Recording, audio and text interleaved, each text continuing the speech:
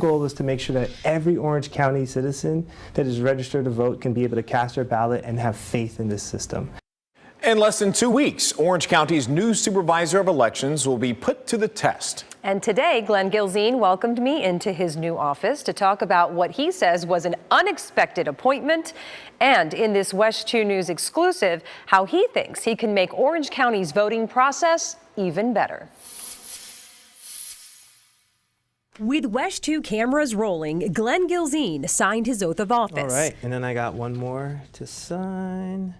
And told us he was not expecting the call he received on Monday when he found out he'd been handpicked by Governor Ron DeSantis to be Orange County's new supervisor of elections. Have you ever been in this building before? Of course. Okay. I voted. Okay. Of course. Why you for this job?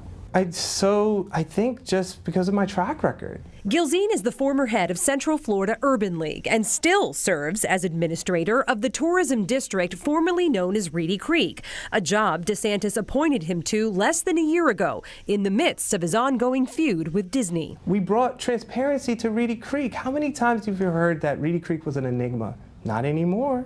This is our phone bank. And Gilzine says transparency is his priority now, even as critics call him a DeSantis loyalist who can't be trusted. Can voters trust you to protect the integrity of our elections in Orange County? 100%. And what I will be, and I'm glad that you're physically here in this office. As you look around, the walls are transparent. That is my goal. Gilzine praised former Supervisor Bill Cowles, who retired after almost 30 years, and says it's the general distrust nationwide that has him focusing on Orange County's voting process. The stuff that we hear on the news, it's creating anxiety. He even shared a goal to change how the public can view ballots being counted.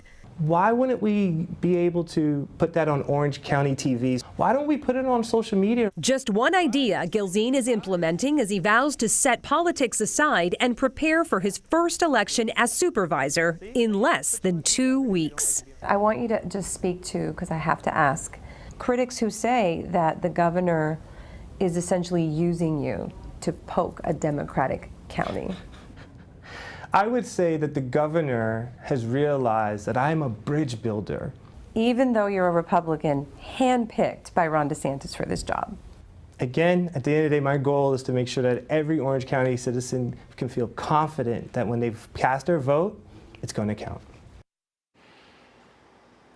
This new position is actually Gilzine's second job for now. He is still leading the Central Florida Tourism Oversight District, making more than $400,000 in that job. The supervisor of elections position pays $205,000.